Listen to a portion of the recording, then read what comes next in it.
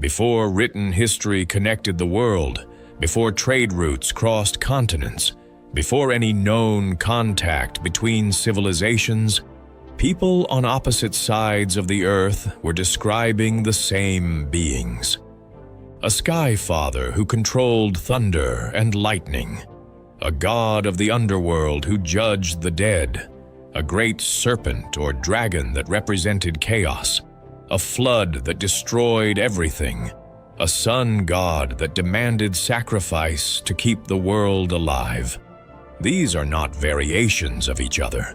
They are the same archetypes appearing in Mesopotamia, Egypt, Greece, Rome, India, China, the Americas, and across Polynesia with no documented connection between them. The mainstream explanation is that humans share a common psychology. Carl Jung called these archetypes, universal patterns built into the collective unconscious that every human mind gravitates toward independently. The Sky Father emerges because every culture looked up and needed to explain what controlled the heavens. The underworld god emerges because every culture needed to make sense of death. The explanation is psychological and it is partially convincing.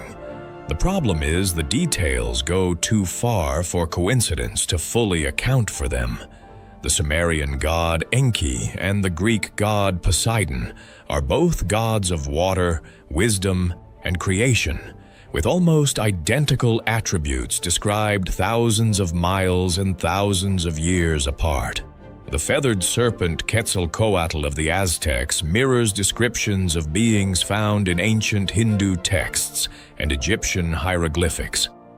The flood narrative appears in over 200 independent cultures, with details so specific that calling it coincidence requires more faith than calling it memory.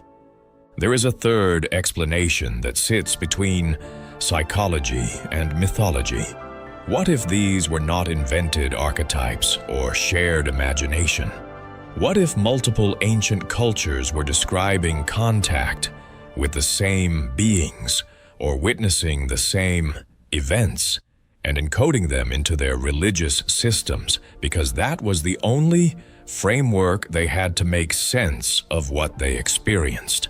The gods did not just share characteristics. They shared names that sound eerily similar across languages that should have had no contact. They shared physical descriptions. They shared the specific gifts they gave to humanity: agriculture, writing, mathematics, law. Every ancient culture credited their gods with handing down the foundations of civilization directly. That detail is the one that does not fit the psychological explanation. Archetypes explain fear and wonder. They do not explain why every culture on Earth independently credited supernatural beings with teaching them how to build a civilization at roughly the same point in human history. Drop a comment with which ancient god you think shows up in the most cultures under different names.